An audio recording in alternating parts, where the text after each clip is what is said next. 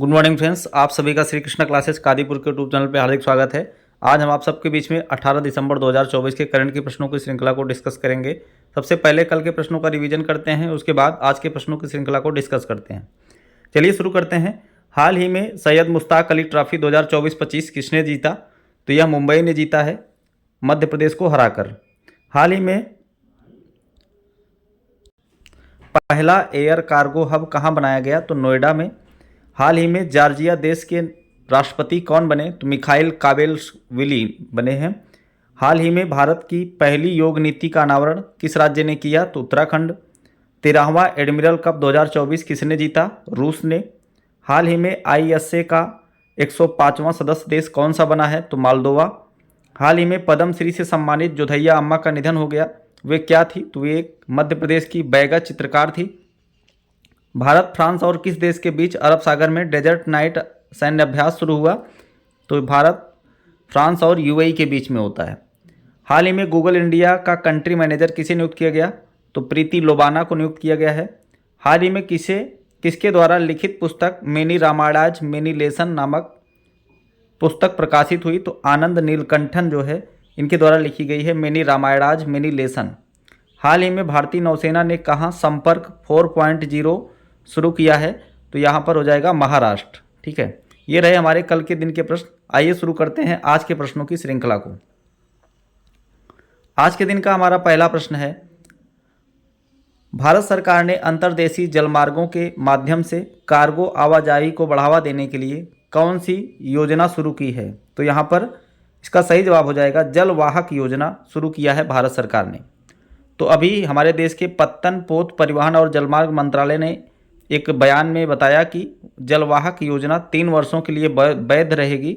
इस योजना को प्रमुख माल ढुलाई कंपनियों, माल ढुलाई प्रेषकों और व्यापारी निकायों के लिए सप्लाई चेन के रूप में अनुकूलित करने के लिए तैयार किया गया है।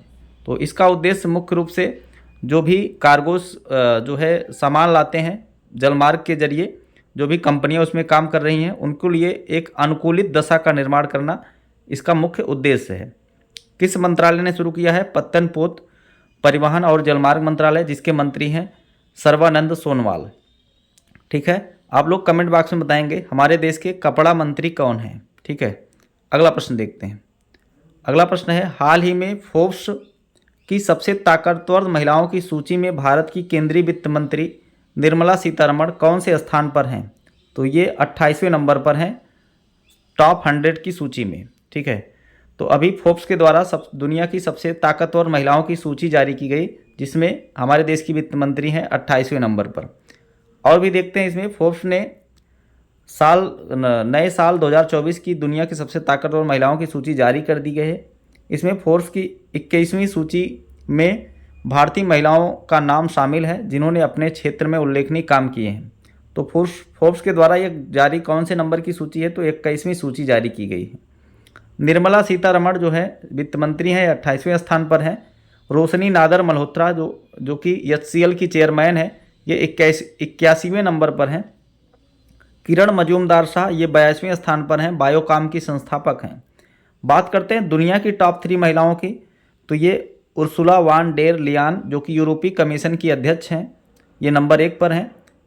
क्रिस्टीना लगाद्रे जो कि यूरोपियन सेंट्रल बैंक की अध्यक्ष हैं, दूसरे नंबर पर हैं। जॉर्जिया मेलोनी इटली की प्रधानमंत्री हैं, ये तीसरे नंबर पर हैं। तो इसको आप लोग ध्यान में रखिए। अगला प्रश्न देखते हैं।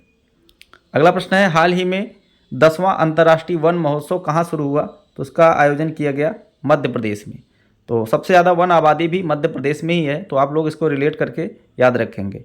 मध्य प्रदेश के भोपाल में 17 दिसंबर को 10वां अंतर्राष्ट्रीय वन महोत्सव शुरू हुआ। यह महोत्सव 23 दिसंबर तक रहेगा। इस आयोजन का उद्देश्य राज्य की अर्थव्यवस्था और पारिस्थितिकी में वनों का महत्व को उजागर करना। इस बार वन मेला लघु वन उपज के माध्यम से महिला सशक्तिकरण पर आधारित है। ठीक है, इसको आप लोग ध्यान रखिए। आइए जानते हैं मध्य प्रदेश के बारे में। मध्य प्रदेश की राजधानी है भोपाल, यहाँ के मुख्यमंत्री हैं मोहन यादव, यहाँ के राज्यपाल हैं मंगू भाई छगन भाई पटेल। लोकसभा सीटों की संख्या यहाँ पर 29 होती है।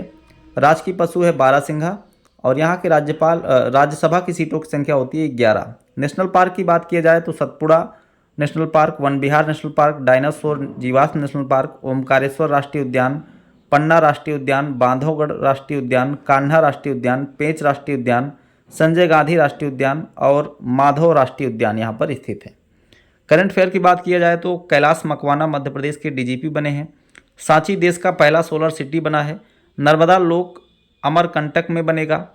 सिकल सेल एनीमिया उन्मूलन कार्यक्रम जो है प्रधानमंत्री मोदी जी के द्वारा शहडोल से शुरू किया गया, जो कि मध्य प्रदेश का एक जिला है। मध्य प्रदेश हाई कोर्ट के चीफ जस्टिस सुरेश कुमार कैत बने हैं। ग्वालियर यूनेस्को द्वारा संगीत शहर के रूप में चुना गया है। दुर्गावती टाइगर रिजर्व भारत का 54वां टाइगर रिजर्व बना है, जो कि मध्य प्रदेश में स्थित है। मध्य प्रदेश सरकार महिलाओं को सरकारी नौकरी में 35% आरक्षण देने का प्रावधान किया है। ओरछा को यूनेस्को विरासत सूची में शामिल किया गया है। राज्य के कुनो नेशनल पार्क में अग्नि और वायु नामक 2 नर चीते छोड़े गए हैं। इनका नाम अग्नि है और वायु है। नर्मदा नदी पर ओमकारेश्वर सोलर फ्लोटिंग परियोजना शुरू की गई है, जो कि एक तैरता हुआ सोलर प्लांट, यहाँ पर पावर प्लांट लगाया जाएगा। इतना चीज़ें आपको ध्यान में रखना है मध्य प्रदेश से। अगला प्रश्न है, भारत का पहला डायबिटीज बायो बैंक किस शहर में स्थापित किया गया? तो इसका जो जवाब हो जाएगा चेन्नई में।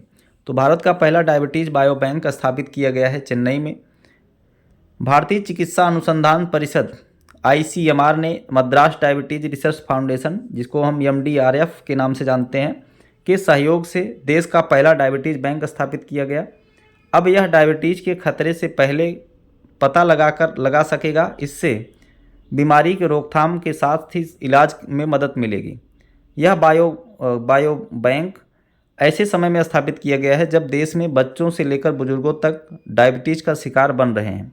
14 नवंबर को प्रत्येक साल मनाया जाता है मधुमेह दिवस के रूप में, और 14 नवंबर को ही मनाया जाता है पंडित जवाहरलाल नेहरू की जयंती को, जिसमें बाल दिवस के रूप में सेलिब्रेट किया जाता है। तो 14 नवंबर को डायबिटीज़ डे बनाया गया, विश्व मधुमेह दिवस। आप लोग कमेंट बॉक्स में बताएंगे, मैंने इसको क्लास में पढ़ाया भी है कि विश्व मधुमेह दिवस की इस बार की थीम क्या है। आप लोग कमेंट बॉक्स में बताएंगे।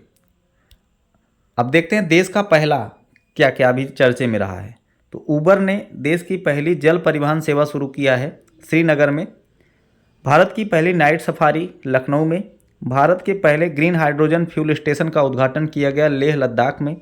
भारत के पहले स्वचालित इंडोर वायु गुणवत्ता मॉनिटर का अनावरण किया गया, जिसका नाम है पवन चित्रा। भारत की पहली सोलर सिटी सांची बनी है। देश का पहला जो है वेटलैंड शहर बना है उदयपुर। भारत की पहली ट्रैफिक लाइट्स फ्री सिटी बनी है कोटा। भारत का पहला CO2 से मेथनॉल पायलट प्लांट शुरू किया गया है पुणे में। इन सब चीज़ों को आप लोग ध्यान में रखें।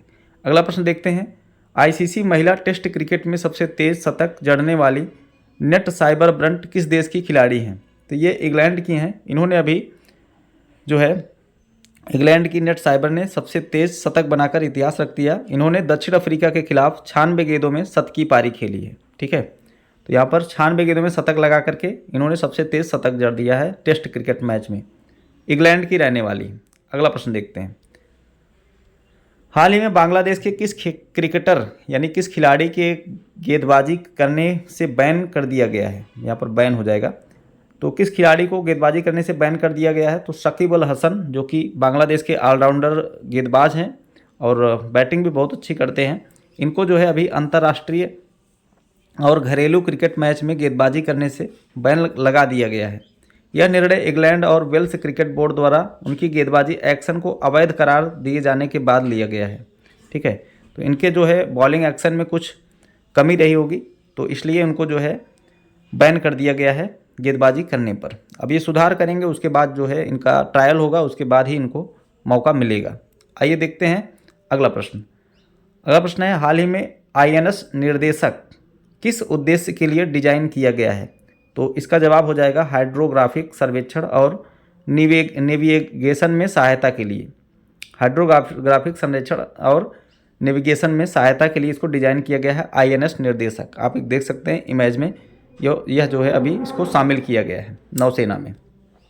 तो INS निर्देशक 18 दिसंबर को विशाखापट्टनम के नौसेना डाक यार्ड में कमीशन किया जाएगा, यानी आज के दिन। INS निर्देशक भारतीय नौसेना का सर्वेक्षण पोत है और यह एक प्रकार का बड़े जहाज़ों में से दूसरा प्रोजेक्ट है, इसका दूसरा जहाज़ है। इसे हाइड्रोग्राफिक सर्वेक्षण करने, नेविगेशन में सहायता करने और समुद्री संचालन के लिए डिज़ाइन किया गया है। इसे garden rich shipyard limited engineer Kolkata द्वारा बनाया गया है। ठीक है, तो बनाया किसने? Garden rich shipyard limited engineering द्वारा, जो कि कोलकाता में स्थित है, इसको बनाया गया है। अगला प्रश्न देखते हैं। अगला प्रश्न है, हाल ही में मध्य प्रदेश के किस शहर में 100वें तानसेन संगीत समारोह में ने गिनीज वर्ल्ड रिकॉर्ड बनाया है? तो यहाँ पर ग्वालियर में 100वें तानसेन संगीत समारोह का आयोजन 15 दिसंबर को किया गया, जिसमें मध्य प्रदेश की संगीत नगरी ग्वालियर में एक समय में तानसेन संगीत समारोह में 9 मिनट तक एक साथ 9 अलग अलग वाद्य यंत्र बजाने वाले 536 कलाकारों के एक बड़े समूह ने गिनीज वर्ल्ड बुक रिकॉर्ड बना दिया। तानसेन समारोह का आयोजन मध्य प्रदेश के संस्कृति विभाग द्वारा किया जाता है। यह जो है महान संगीतकार तानसेन की विरासत के सम्मान में आयोजन किया जाता है। ठीक है, तो यहाँ पर अभी गिनीज वर्ल्ड बुक रिकॉर्ड बनाया गया है। संगीत का शहर जो है ग्वालियर को चुना गया है, इसको भी आप लोग ध्यान में रखेंगे। उत्तराखंड में आयोजित होने वाले 38वें राष्ट्रीय खेलों का शुभंकर क्या है? तो इसका शुभंकर है मौली। अभी इसको जो है देख सकते हैं आप, ये एक प्रकार का पक्षी है, इसको शुभंकर के रूप में शामिल किया गया है 38वें राष्ट्रीय खेल में। उत्तराखंड में 38वें राष्ट्रीय खेलों के प्रतीक चिन्ह मस्कट, राष्ट्रगान, जर्सी और मशाल सहित प्रमुख तत्वों का अनावरण यहाँ के मुख्यमंत्री पुष्कर सिंह धामी द्वारा किया गया। खेलों की टैगलाइन जो है निर्धारित की गई, जिसका टैगलाइन है संकल्प से शिखर तक। इसको याद रखेंगे आप लोग, संकल्प से शिखर तक 38वें राष्ट्रीय खेल की टैगलाइन है। इसका मस्कट है मौली। इसका आयोजन जो है 28 जनवरी से लेकर 14 फरवरी 2025 तक किया जाएगा। उत्तराखंड में इस बार आयोजित किया जा रहा है। अगला प्रश्न देखते हैं। दिसंबर 2024 में सिलिनेक्स 2024 नामक सैन्य अभ्यास का आयोजन कहाँ किया गया? तो इसका आयोजन किया गया विशाखापट्टनम में। सिलिनेक्स 2024 ये श्रीलंका और भारत के बीच में होने वाला एक अभ्यास है। यह 17 से 20 दिसंबर 2024 तक आयोजित किया जा रहा है और यह इसका 11वां संस्करण है। भारत की तरफ से इसमें INS सुमित्रा ने हिस्सा ले लिया है। इसके अलावा भारत और श्रीलंका के बीच में मित्र शक्ति जो है अभ्यास का आयोजन किया गया, जो कि इसका 10वां संस्करण था। इस बार इसका आयोजन श्रीलंका में किया गया है। दोस्ती अभ्यास का 16वां संस्करण भारत, श्रीलंका और मालदीव के बीच में आयोजित किया गया, जो कि मालदीव में इस बार आयोजित किया गया है। इसको भी जानते रहिए। दोस्ती अभ्यास भारत, श्रीलंका और मालदीव के बीच में होता है। और जो इसके अलावा मित्र शक्ति पूछा जाएगा तो भारत और श्रीलंका, और सिलिनेक्स ये भी जो है श्रीलंका और भारत के बीच में। अगला प्रश्न है, हाल ही में पहला वाल्डनर कप 2024 कहाँ आयोजित किया गया? तो इसका आयोजन किया गया नॉर्वे की कैपिटल ओस्लो में। इसका आयोजन किया गया वाल्डनर कप का। वाल्डनर कप की स्थापना स्वीडिश टेबल टेनिस के महान खिलाड़ी जॉन ओवे वाल्डनर ने की थी। इसका जो है पहला वाल्डनर कप आयोजित किया गया 13 से 15 दिसंबर 2024 नॉर्वे की राजधानी ओस्लो में इसका आयोजन किया गया। इसमें जीता है टीम एशिया ने और हारा है टीम वर्ल्ड ने। टीम एशिया में जो है एकमात्र भारतीय जो शामिल हुई थी, इनका नाम है मनिका बत्रा। मनिका बत्रा टीम एशिया में शामिल होने वाली एकमात्र भारतीय खिलाड़ी थी और टीम एशिया को विजय मिली है। ठीक है, इसको आप लोग ध्यान में रखिए। टेबल टेनिस से संबंधित टूर्नामेंट है। आइए देखते हैं टेबल टेनिस के लिए ITTF यानी इंटरनेशनल टेबल टेनिस फेडरेशन है, जिसकी स्थापना 1926 में हेडक्वार्टर लुसाने स्विट्जरलैंड में है। इसके प्रमुख हैं पेट्रा सॉर्लिंग। ITTF फाउंडेशन के राजदूत हैं शरद कमल, जो कि भारतीय टेबल टेनिस खिलाड़ी हैं। आइए देखते हैं टेबल टेनिस से जुड़े हुए प्रमुख जो है खिलाड़ी, इनके नाम एग्जाम में पूछ लिए जाते हैं, जैसे शरद कमल, जी साथियान, मनिका बत्रा, मानव ठक्कर, श्रीजा अकुला और सौम्यजीत घोष। ये सभी जो है टेबल टेनिस से संबंधित खिलाड़ी हैं। तो आज के करंट की प्रश्नों की श्रृंखला यहीं पर समाप्त होती है। आपको वीडियो कैसा लगा कमेंट बॉक्स में जरूर बताएंगे। चैनल पे नए हैं तो चैनल को सब्सक्राइब करें। वीडियो पसंद आए तो लाइक करिए, ज़्यादा से ज़्यादा लोग पास शेयर करिए। मिलते हैं नेक्स्ट वीडियो में। धन्यवाद।